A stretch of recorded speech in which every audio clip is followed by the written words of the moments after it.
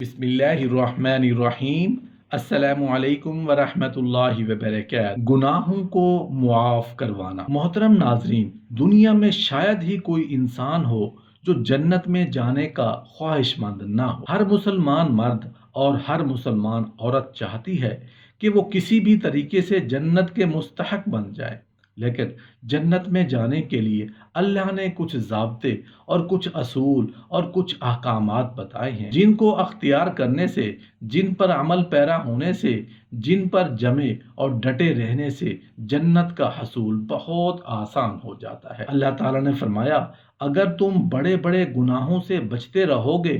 جن سے تمہیں روکا گیا ہے تو ہم تمہارے چھوٹے چھوٹے گناہ معاف کر دیں گے اور تمہیں عزت و بزرگی کی جگہ میں داخل کریں گے۔ حضرت ابو ہریرہ رضی اللہ عنہ سے مروی ہے کہ رسول اللہ صلی اللہ علیہ وآلہ وسلم نے فرمایا، کسی شخص کو اس کا عمل نجات نہیں دے سکتا۔ تو صحابہ نے پوچھا کہ اے اللہ کے رسول، کیا آپ کا بھی عمل آپ کو نجات نہیں دے سکتا؟ آپ نے فرمایا، ہاں، میں بھی اپنے عمل کی وجہ سے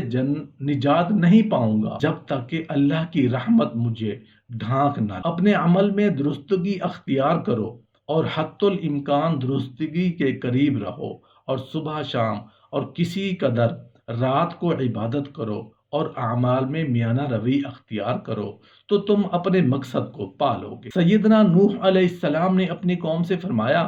میں نے کہا اپنے رب سے معافی مانگ لو، یقیناً وہ بہت معاف کرنے والا ہے، وہ تم پر بہت برستی بارش اتارے گا اور مالوں اور بیٹوں کے ساتھ تمہاری مدد کرے گا اور تمہیں باغات عطا کرے گا اور تمہارے لیے نہریں جاری کر دے گا۔ سیدنا ہود علیہ السلام نے اپنی قوم سے فرمایا، میری قوم، تم اپنے رب سے استغفار کرو اور توبہ کرو، وہ تم پر برسنے والا بادل بھیجے گا اور تمہاری طاقت پر طاقت بڑھا دے گا اور تم گناہ گار ہو کر روگردانی مت کرو۔ تم اپنے رب سے استغفار کرو اور اس سے توبہ کرو، مقررہ وقت تک متاع حسن اور ہر ذی فضل کو اپنا اور فضل عطا کرے گا۔ وہ دنیا میں متاع حسن یعنی اچھا سامان زندگی سے اور مرنے کے بعد آخرت میں خصوصی فضل سے نوازے گا۔ استغفار کی دیگر برکات الہیہ کے ساتھ ساتھ قوت و طاقت میں بھی اضافہ ہوتا ہے اور انسان غلطیوں کا پتہ چلتا ہے، غلطیوں کا پتلا ہے۔ ہاں، معصیت کی کمیت و کیفیت میں تفاوت ہو سکتا ہے، نیز انسان کے گناہوں کو اللہ تعالیٰ معاف کرتا ہے، جس کا ایک سبب تو یہ ہے کہ توبہ کا لغوی معنی لوٹنا ہے اور اصطلاح معنی ہے سیئات سے حسنات کی طرف لوٹنا ہے۔ اللہ انہی لوگوں کی توبہ قبول کرتا ہے جو جہالت اور نادانی سے گناہ کر بیٹھیں، پھر قریب ہی توبہ کر لیں تو اللہ بھی ان کی توبہ قبول کر لیتا ہے۔ اللہ بڑے علم اور حکمت والا ہے،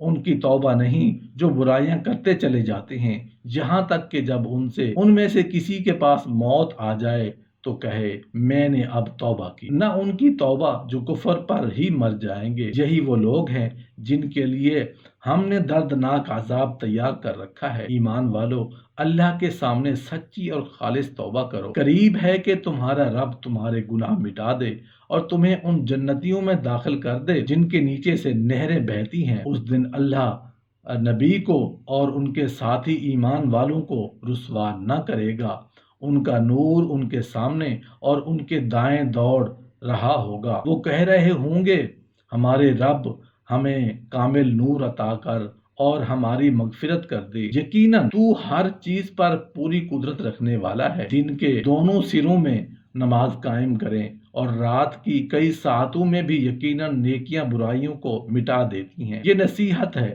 نصیحت حاصل کرنے والے کے لیے۔ اللہ تعالیٰ نے فرمایا، جب ان سے کوئی فحش ناشائستہ کام ہو جائے یا کوئی گناہ کر بیٹھیں تو انہیں اللہ یاد آ جاتا ہے، پھر وہ اپنے گناہوں کے لیے استغفار کرتے ہیں اور اللہ کے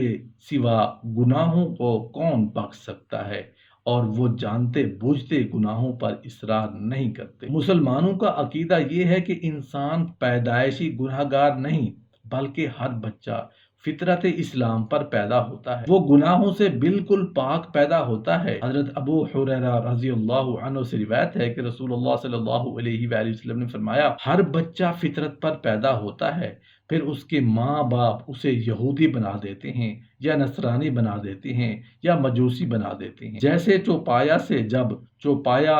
پیدا ہوتا ہے تو کیا تم اس میں کوئی کان کٹا دیکھتے ہو؟ یہی وجہ ہے کہ مشرک کا بچہ بھی اگر بچپن میں فوت ہو جائے تو وہ جنتی ہے۔ استغفار کسی بھی وقت کیا جا سکتا ہے، تاہم کچھ اوقات اس لیے بھی خاص اہمیت کے حامل ہیں۔ حضرت ابو ہریرہ رضی اللہ عنہ سے مروی ہے کہ رسول اللہ صلی اللہ علیہ وآلہ وسلم نے فرمایا، ہمارا رب آسمان دنیا پر ہر رات نزول فرماتا ہے۔ جب رات کا آخری تہائی حصہ باقی رہ جاتا ہے تو فرماتا ہے، کون ہے جو مجھ سے دعا کرے میں اس کی دعا قبول کروں؟ کون ہے جو مجھ سے مانگے میں اس کی جھولی بھر دوں؟ کون ہے جو استغفار کرے یعنی گناہوں کی معافی مانگے تو میں اسے بخش دوں گا۔ حضرت ابو ہریرہ رضی اللہ عنہ سے مروی ہے کہ رسول اللہ صلی اللہ علیہ وآلہ وسلم نے فرمایا، کیا میں تمہیں ایسے اعمال نہ بتا دوں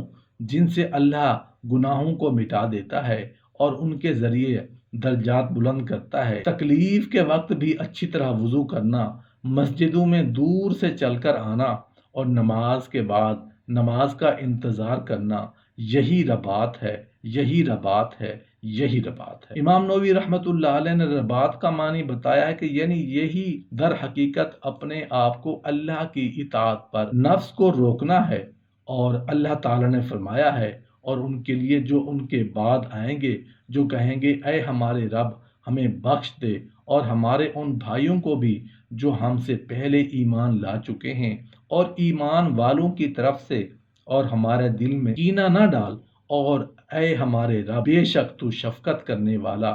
بہت رحم کرنے والا ہے۔ حضرت ابن عباس رضی اللہ عنہ سے مروی ہے، وہ کہتے ہیں کہ میں نے نبی کریم صلی اللہ علیہ وآلہ وسلم کو یہ فرماتے سنا، اگر کوئی مسلم فوت ہو جائے اس کی نماز جنازہ 40 ایسے آدمی پڑھیں جو اللہ کے ساتھ شرک نہیں کرتے تو اللہ اس میت کے حق میں ان کی سفارش قبول کرے گا۔ حضرت ابو ہریرہ رضی اللہ عنہ سے مروی ہے کہ رسول اللہ صلی اللہ علیہ وآلہ وسلم نے فرمایا، جب انسان مر جاتا ہے تو اس کا عمل اس سے منقطع ہو جاتا ہے، مگر 3 چیزیں ایسی ہیں کہ موت کے بعد بھی انسان کو ان کا فائدہ پہنچتا ہے: صدقہ جاریہ، علم نافع اور نیک اولاد جو ان کے لیے دعا کرے۔ اللہ تعالیٰ نے فرمایا ہے، کوئی شخص کسی کا بوجھ نہیں اٹھائے گا، اور یہ کہ ہر انسان کے لیے وہی ہے جس کی اس نے کوشش کی، اور یہ کہ بے شک اس کی کوشش عن قریب دیکھی جائے گی۔ حضرت ابو ہریرہ رضی اللہ عنہ سے مروی ہے کہ رسول اللہ صلی اللہ علیہ وآلہ وسلم نے ارشاد فرمایا، ہر نبی کی ایک دعا مستجاب ہوتی ہے، تو ہر نبی نے وہ دعا دنیا ہی میں مانگ لی، اور میں نے اپنی دعا کو قیامت کے دن اپنی امت کی سفارش کے لیے چھپا رکھا ہے، تو یہ سفارش اس کے حق میں قبول ہونے والی ہے جس نے اللہ کے ساتھ شرک نہیں کیا ہوگا۔ ام المومنین عائشہ رضی اللہ عنہا سے مروی ہے کہ رسول اللہ صلی اللہ علیہ وآلہ وسلم نے فرمایا، کسی مومن کا کوئی کانٹا چبھ جائے یا اس سے بڑی کوئی تکلیف پہنچے تو اللہ اس کی وجہ سے اس کے درجات بلند کرتا ہے یا اس کی وجہ سے اس کے گناہ معاف کرتا ہے۔